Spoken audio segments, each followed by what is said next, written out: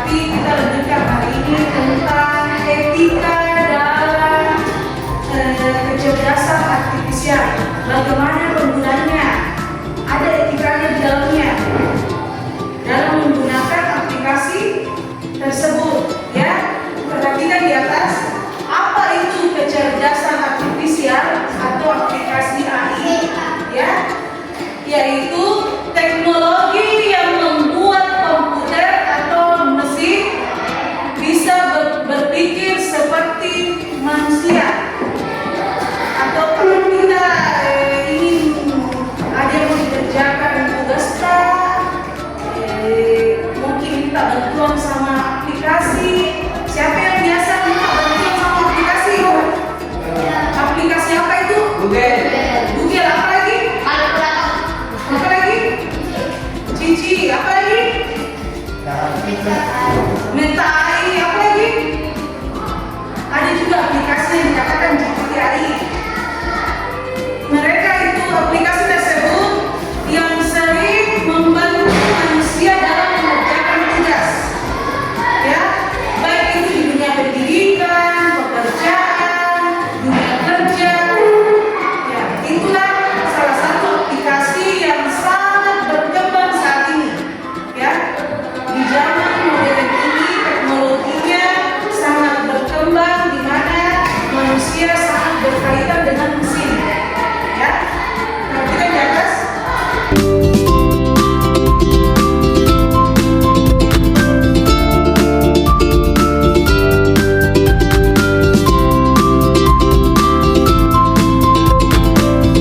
Sebelum kita masuk tugas kelompok, ya, ada beberapa pertanyaan dengan pilihan ganda, ada juga esainya tentang materi kita hari ini.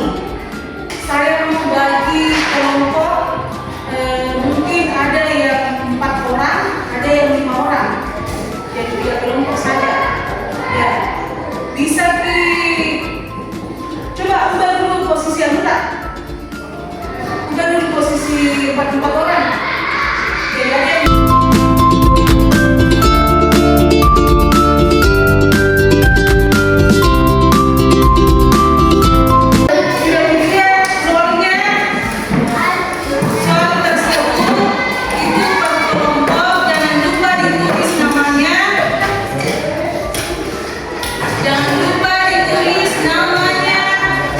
di dalam kelompoknya, ya, ditulis masing-masing namanya dalam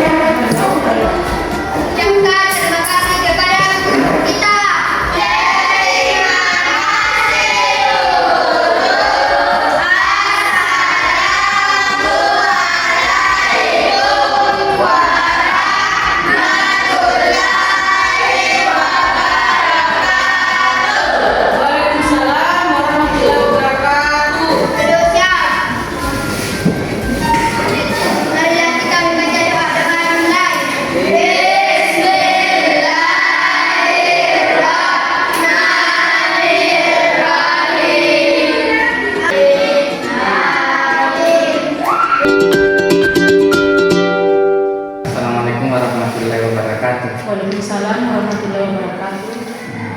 Alhamdulillah Bu, tadi Ibu sudah melakukan proses pembelajaran yang tadi sudah saya observasi. Jadi mungkin ada beberapa pertanyaan yang saya akan ajukan kepada Ibu sebagai bahan refleksi kita hari ini pada saat proses pembelajaran. Ini pertanyaan pertama Bu, setelah Ibu tadi melakukan proses pembelajaran, bagaimana perasaan Ibu pada saat proses pembelajaran tadi? Ya, terima kasih banyak Pak dengan pertanyaannya.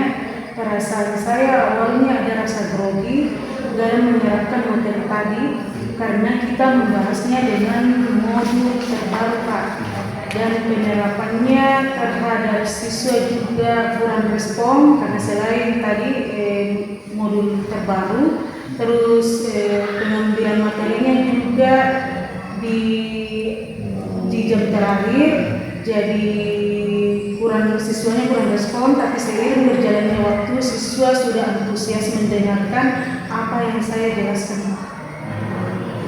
Oh ya, jadi intinya Ibu tadi ini awalnya tegang. Iya, awalnya tegang. Kemudian mencair. Seiring berjalan waktunya Pak, sudah mencair. Oke, kasih Bu.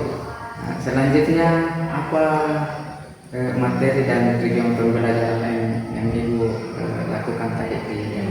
Terima kasih banyak Pak.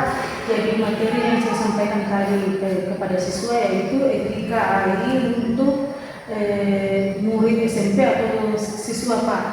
Jadi tujuan pembelajaran hari ini yaitu siswa mampu memahami konsep dasar etika dalam penggunaan AI dan dampaknya dalam kehidupan sehari-hari. Kalau metodenya Bu, metode apa? Jadi metode yang saya terapkan tadi Pak yaitu ada metode ceramah, saya sedikit kasih masukan kepada siswa Pak, terus selanjutnya kami berdiskusi mengerjakan suatu tugas. Dengan tugasnya itu berkelompok Pak, selesai dikerjakan terus dipresentasikan secara berkelompok Pak. Jadi metodenya ini kolaborasi ya, ada 3 metode. Yang pertama ceramah, kemudian diskusi, kemudian presentasi. Oke. Selanjutnya Bu, dari proses pembelajaran yang Ibu lakukan tadi, tentunya itu pasti Ibu merasakan ada 2 mata pisau, ada kekurangan, ada kelebihannya. Mungkin Ibu bisa menyampaikan apa-apa kelebihan dan kekurangan Ibu pada saat proses pembelajaran. Terima kasih banyak Pak. Jadi kekurangan saya di sini Pak, saya belum terlalu menguasai materinya karena ini modul terbaru yang kita bawakan terhadap siswa, terus kurang adanya umpan balik juga terhadap siswa dan apa yang saya sampaikan materinya karena di jam terakhir Pak, terus siswa kurang fokus karena kita mengajarnya tadi di jam terakhir. Terus kelebihannya Pak, seiring berjalannya waktu dengan penjelasan yang saya sampaikan, dengan materi yang saya sampaikan, siswa sudah ada umpan balik dan sudah memahami sedikit apa materi yang saya sudah sampaikan. Seperti itu Pak. Terima kasih Bu atas jawabannya. Jadi tadi Ibu sudah bisa memetakan apa kekurangan dan kelebihan ini. Jadi untuk melengkapi apa yang menurut Ibu itu yang menjadi kekurangan dan kelebihan, mohon izin Bu, saya ingin menyampaikan hasil pengamatan atau observasi saya pada saat Ibu melakukan pembelajaran. Iya, silakan Pak. Oke, makasih Bu. Tadi dari hasil pengamatan saya Bu, dari beberapa poin yang sudah kita sepakati sebelumnya tentang lembar aktivitas observasi yang pembelajaran Ibu, di sini sudah sebagian besar ini sudah Ibu penuhi, namun ada beberapa detail-detail kecil ini yang mungkin belum Ibu lakukan. Di sini yang saya catat ada sekitar 1, 2, 3, 4, 5, 6 poin dari keseluruhan ini, di mana yang belum Ibu lakukan itu di bagian apersepsi tadi. Ibu belum melakukan atau mengajukan pertanyaan menantang. Tapi Ibu sudah melakukan, meskipun Ibu sudah melakukan apersepsi, memberikan pertanyaan memantik, tapi Ibu belum mengajukan pertanyaan menantang. Kemudian juga Ibu tadi sebelum melakukan apersepsi itu, Ibu juga tidak mendemonstrasikan sesuatu yang terkait dengan tema. Kemudian poin berikutnya, di penerapan strategi pembelajaran, Ibu ini tidak melakukan pembelajaran secara runtut, tidak sistematis. Yang saya lihat tadi mungkin karena kemungkinan Ibu mengkondisikan siswa, dan ini bukan hal, menurut saya bukan hal negatif, karena memang kita pada saat kita merencanakan pembelajaran itu mungkin ada hal-hal kecil yang sedikit di luar alur yang kita rencanakan itu tidak kita laksanakan. Jadi ini sudah tercatat tadi. Kemudian otomatis karena tidak menuntut itu mempengaruhi juga alokasi waktu, tidak sesuai dengan yang direncanakan. Kemudian di sini juga di penerapan pembelajaran mendalam hanya ada satu poin yang Ibu belum lakukan, yaitu menyajikan pembelajaran aktif dan menyenangkan. Itu terlihat karena siswa masih kurang antusias dalam proses pembelajaran. Seperti yang Ibu katakan tadi, karena mungkin pengaruh siswa ini belajar di jam-jam terang, itu yang saya amati. Dan yang terakhir, di bagian penutup pembelajaran, yang saya lihat Ibu belum memberikan asesmen, tapi tadi Ibu buatkan dengan mengatakan asesmennya akan Ibu lakukan di pembelajaran berikutnya. Mungkin itu yang hasil pengamatan saya. Jadi mungkin setelah saya menyampaikan hasil pengamatan saya, bagaimana perasaan Ibu setelah mendengar apa hasil pengamatan yang saya sampaikan tadi? Terima kasih banyak Pak. Sebelumnya perasaan saya cukup puas. Mohon maaf apabila selama mengambil materi tadi kurang menguasai materi yang disampaikan kepada siswa. Insya Allah kedepannya saya akan evaluasi kembali dalam penguasaan materi pembelajaran berikutnya Pak. Terima kasih banyak.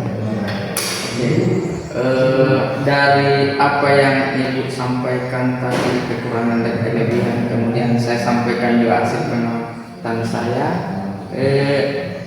kira-kira kedepannya Ibu perbaikan apa yang akan Ibu lakukan untuk pembelajaran ke depan?